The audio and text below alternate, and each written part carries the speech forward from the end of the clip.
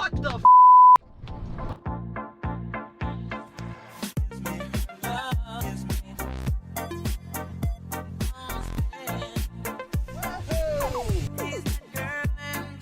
Time for a walk around, and today the first car I'm looking at is for parts, and you've seen me look at one of these before for parts. This one's already not looking like a good contender, and I'll show you why. I'm not going to look at this one too long based on what I already saw just walking up to it, but I need a W220 in black to donate parts to my W220 that's rusted out.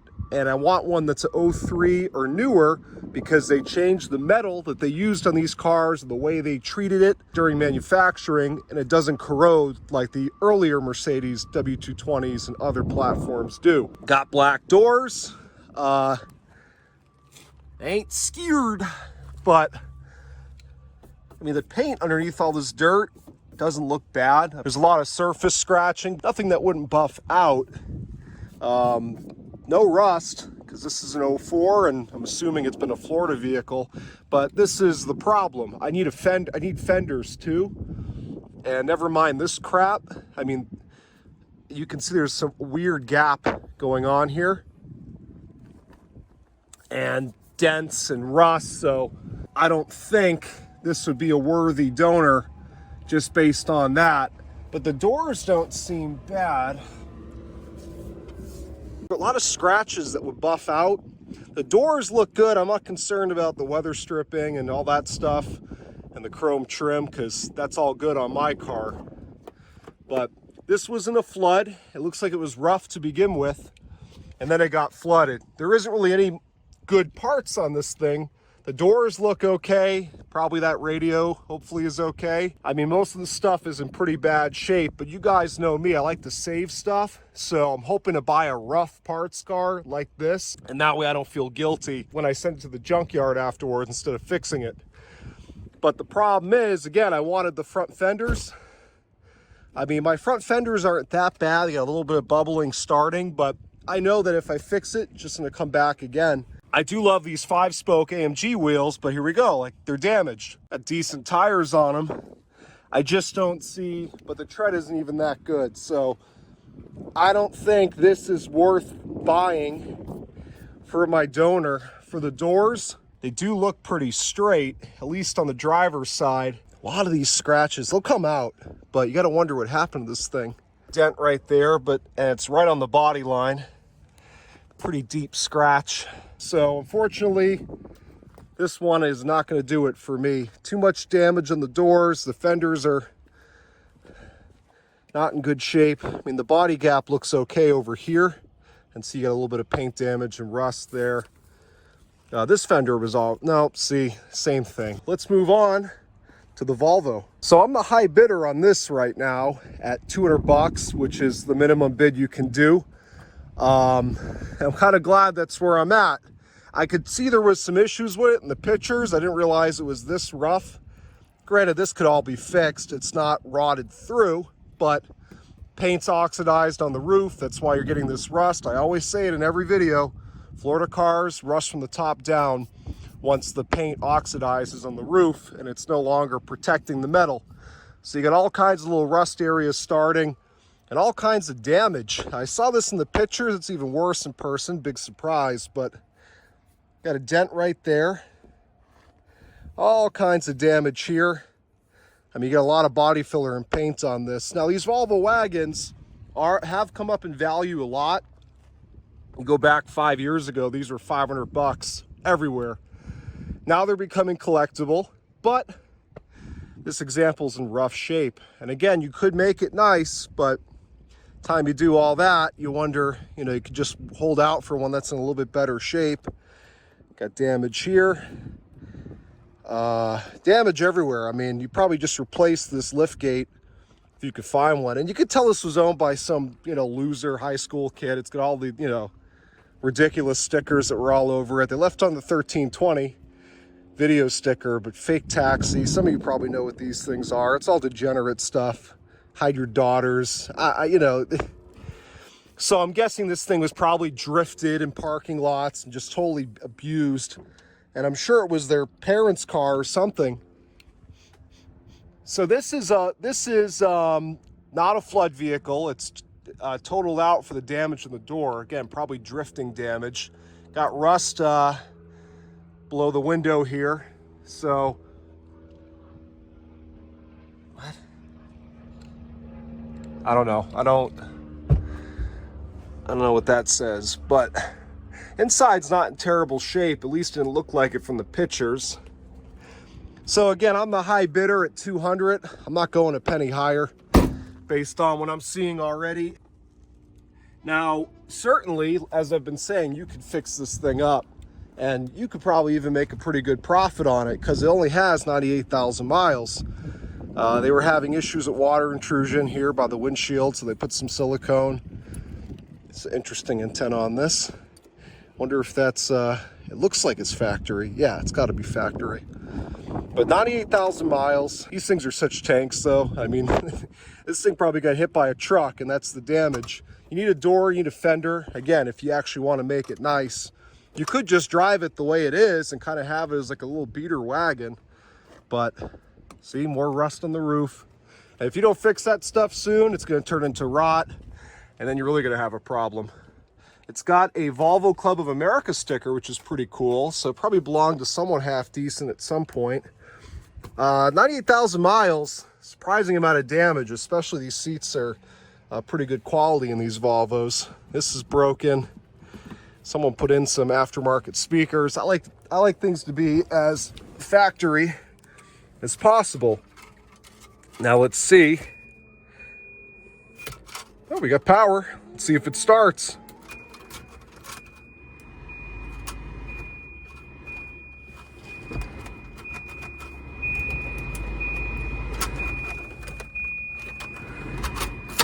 All right, either it's not enough power to, oh, maybe that'll do it.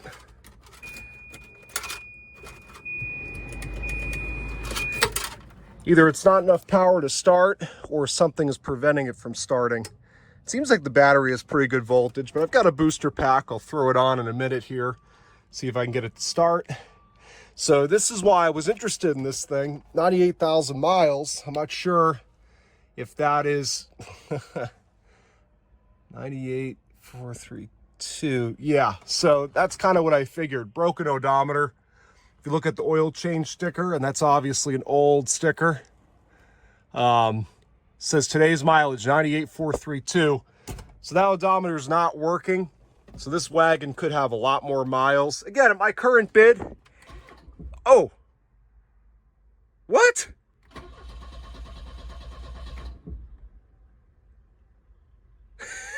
What? Yeah, some kid definitely hacked this thing up.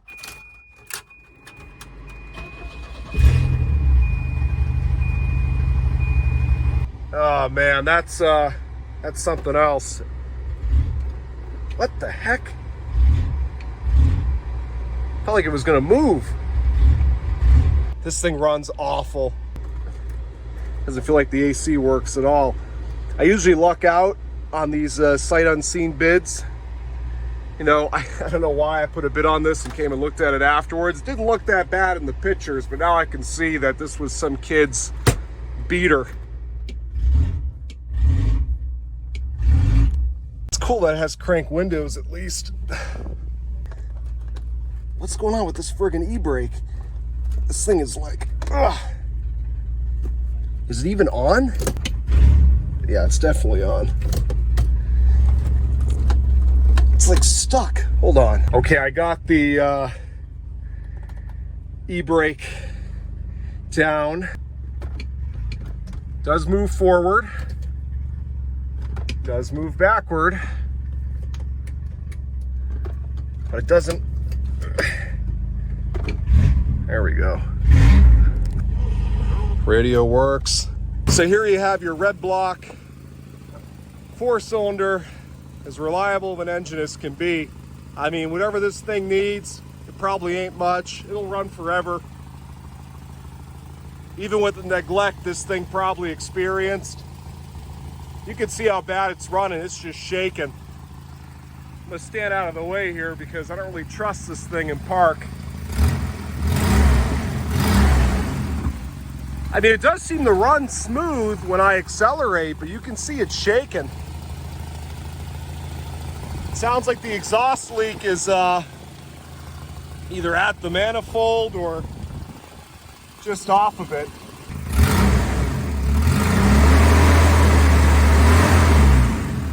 So it sucks that the miles aren't actual, because that was the one redeeming quality of this thing.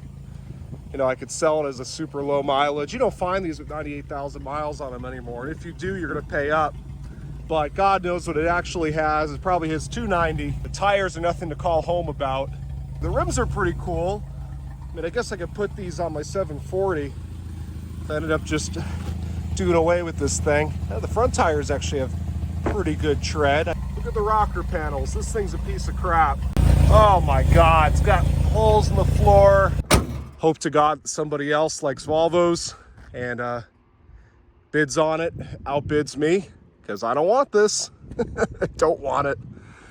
So, all right, let me go take a look at the next one. Okay, hiding back here is a 2000, I think it's a 5 or a 6, 2005 Silverado. It's a base single cab, long bed, yeah. Lost type, flood. So this was in a flood somewhere, I'm assuming from Hurricane Ian. See how it smells inside. They all have that same smell. It smells a little bit like the beach. This is marked as a run and drive. No water line provided, but I don't see any evidence inside right off the bat that you got water in here. You can tell no one's vacuumed it or anything. I'm pretty confident it didn't get into the cab. Oh, we got power.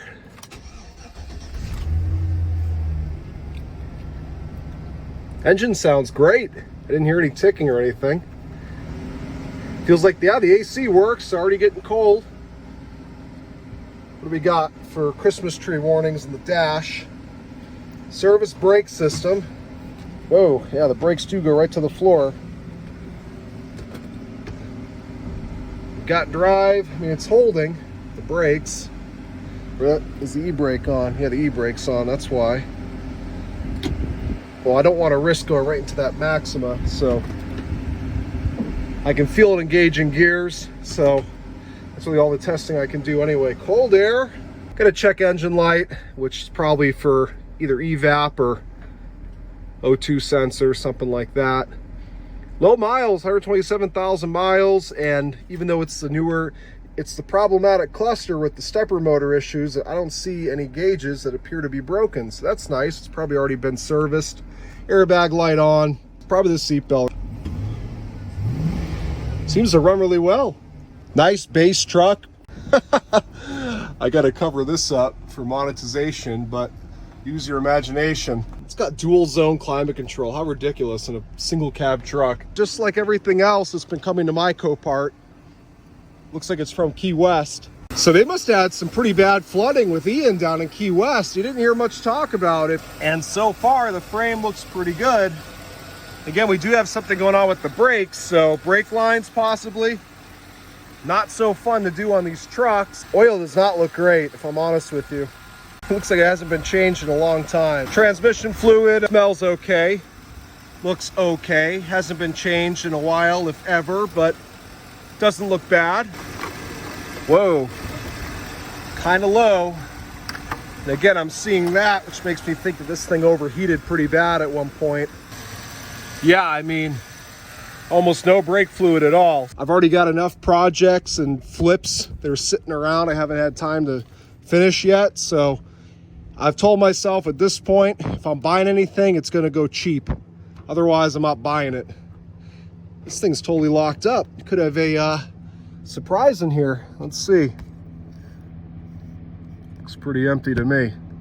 The brake lines look good back here. Probably just have one little area where they popped. It's got some surface rust, but hardly any. I mean, this would be sold as a rust-free Southern truck up in New England. If I can grab this thing for cheap, it's a score all day long. Even with needing some brake work, oil change, which that's no big deal. And the engine sounds great. I don't hear any ticking. I think this is a 4.8. It is. It needs tires too. I mean, these are no good. We'll see. I'm just about done here. Okay, here's the last one of the day. Actually, the one I really came here to look at. I totally forgot about it, and I checked my list, and there it was. And I'm already seeing something I was hoping not to see, which is oxidized paint on the roof, because this is a beautiful color. I thought I saw some signs of oxidation in the pictures on the bumper.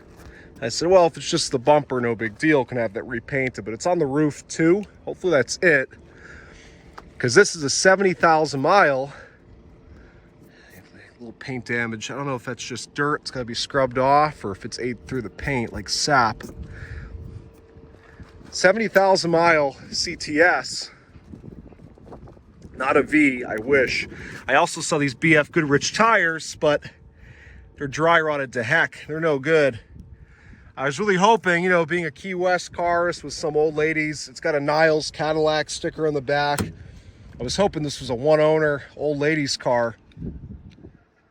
Ugh, definitely not. Now, old ladies don't let their cars get like that. And it smells like, oh yeah, look at, this thing got flooded pretty deep in here. Sand and water definitely came in. I don't see any mold yet, unless someone wiped it down. This thing's rough for 76,000 miles. This has been outside most of its life. What a shame. I love these cars. I know they have timing chain issues, both the 2.8 and the 3.6.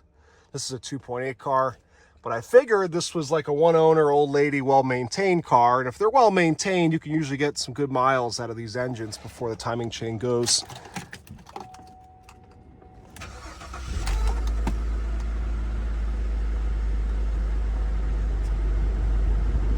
Okay, the engine does sound quiet, and that's how you know when you start them up cold.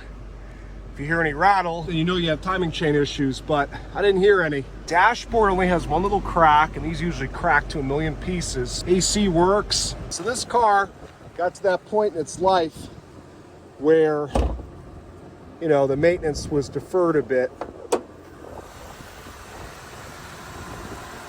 Man, it looks like the water even came up into here a little bit. Got sand on everything, or maybe there was just waves splashing it in.